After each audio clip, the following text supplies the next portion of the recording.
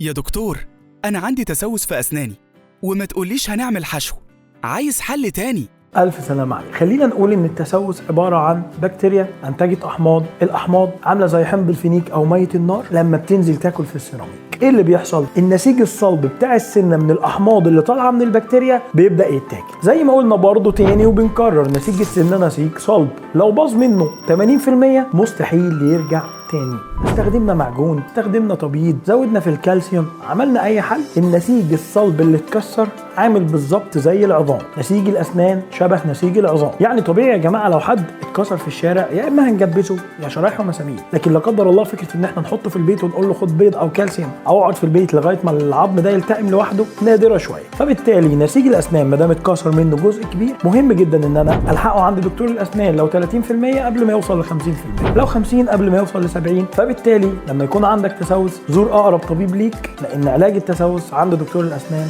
قولا واحدا.